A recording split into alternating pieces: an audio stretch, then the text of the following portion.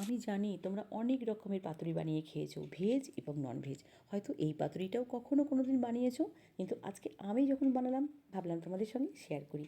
মসুর ডাল আর দুমুঠো ছোলার ডাল 6 থেকে 8 ঘন্টা ভিজিয়ে রেখে জল থেকে তুলে তাতে কালো জিরে, কাঁচা লঙ্কা, পেঁয়াজ, প্রয়োজন মতো নুন, হলুদ আর অল্প একটু মিষ্টি দিয়ে মেখে রেখে দিয়েছি। এদিকে কিছুটা কুমড়ো পাতা গরম জলে নুন দিয়ে মিনিট 4-5 ভিজিয়ে রেখে জল থেকে তুলে কাঁচির সাহায্যে ডাঁটিগুলো কেটে নিয়েছি। এইবার একটা পাত্রের মধ্যে কুমড়ো পাতার বড়াটা ভালো করে মিলে দিয়েছি। যে ব্যাটারটা বানালাম মসুর ডাল, ছোলার ডাল, পেঁয়াজ, কাঁচা লঙ্কা দিয়ে, সেটাকে দেখো একটা একটা করে পাতা ঠিক যেরকম করে চামচের সাহায্যে মাঝখানে দিয়ে তারপর ফোল্ড করে নিয়ে ওপরে আবার একবার দিয়ে একটু একটু করে এই ডালের মিশ্রণটা দিয়ে একটা করে করে পাতুরি আমি তৈরি করে নিয়েছি।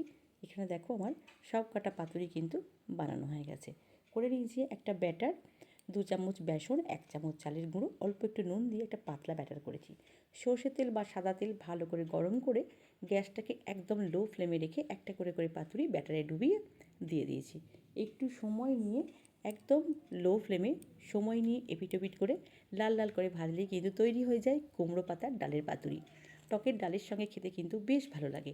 কেমন লাগলো আমার এই রেসিপি কমেন্ট করে